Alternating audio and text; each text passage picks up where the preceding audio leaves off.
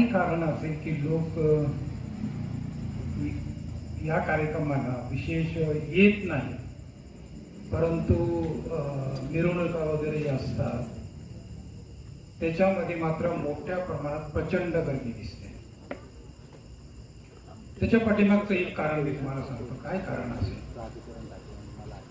त्याचं एकच कारण आहे की जोपर्यंत बुद्धांचं तत्वज्ञान, बुद्धांचा मार्ग, धम्म जो आहे तो समजत नाही, त्याचं कल्चर, त्याची संस्कृती तोपर्यंत निर्माण होत असते.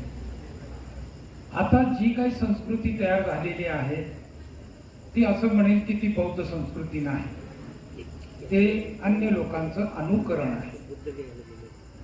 मग ते सिनेमाचे गाणे असेल, डान्स असतील, त्याचे कार्यक्रम असतील, लावण्या असतील,